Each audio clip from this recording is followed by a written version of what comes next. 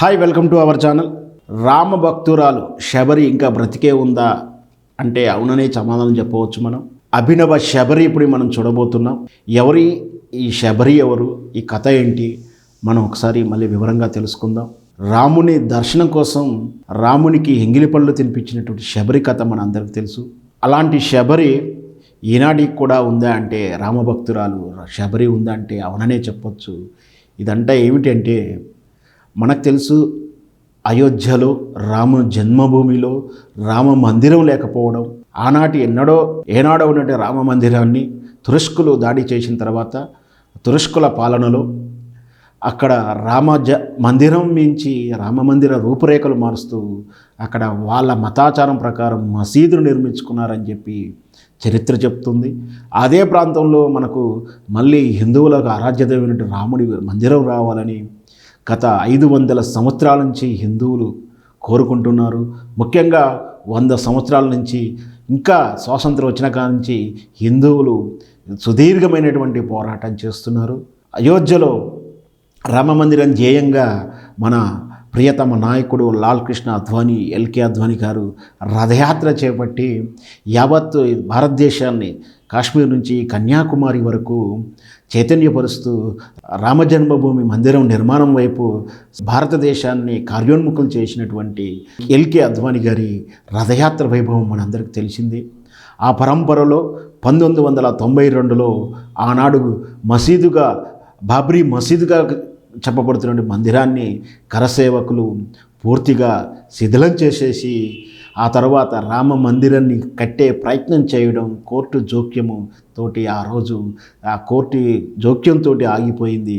ఆనాడు మొదలు పెడితే ఆనాడు కలించినటువంటి శ్రీరాముణ్ణి అమితంగా ప్రేమించి ఆరాధించేటువంటి జార్ఖండ్ రాష్ట్రానికి చెందినటువంటి ధన్నాబాద్ నగరానికి చెందిన సరస్వతీదేవి గారు ఈరోజు 85 సంవత్సరాలు. ఆమె ఆ 30 సంవత్సరాల కిందటే ఆనాటి సంఘటనతోటి కలిచి వేసినటువంటి ఆ సన్నివేశంతో ఆమె రాముడి పట్ల విపరీతమైన భక్తితోటి ఒక కౌంఠితమైన దీక్ష తీసుకుంది.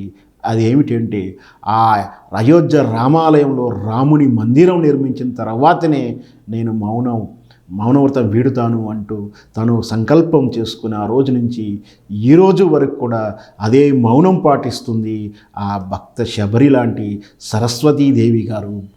రోజుకు 22 గంటలు మౌనాన్ని పాటిస్తుంది. కేవలం 1 గంట మాత్రమే కుటుంబీకులతో మాట్లాడటానికి నియమం పెట్టుకుంది, నిష్టగా చేసింది. అది రోజుకి 22 గంటలు మౌనం అంటే 30 సంవత్సరాల నుంచి అంటే అది మామూలు విషయం కాదు. అఘోరమైనటువంటి దీక్ష అది.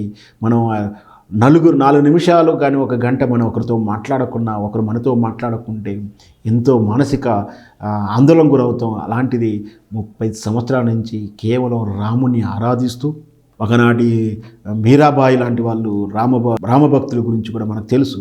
ఈనాటి ఈ సరస్వతీదేవి గారు రేపు జనవరి 22వ తారీఖు రామమందిరం ప్రారంభోత్సవ కార్యక్రమం అయిన తర్వాత తన మౌన వ్రతాన్ని వీడుతుంది.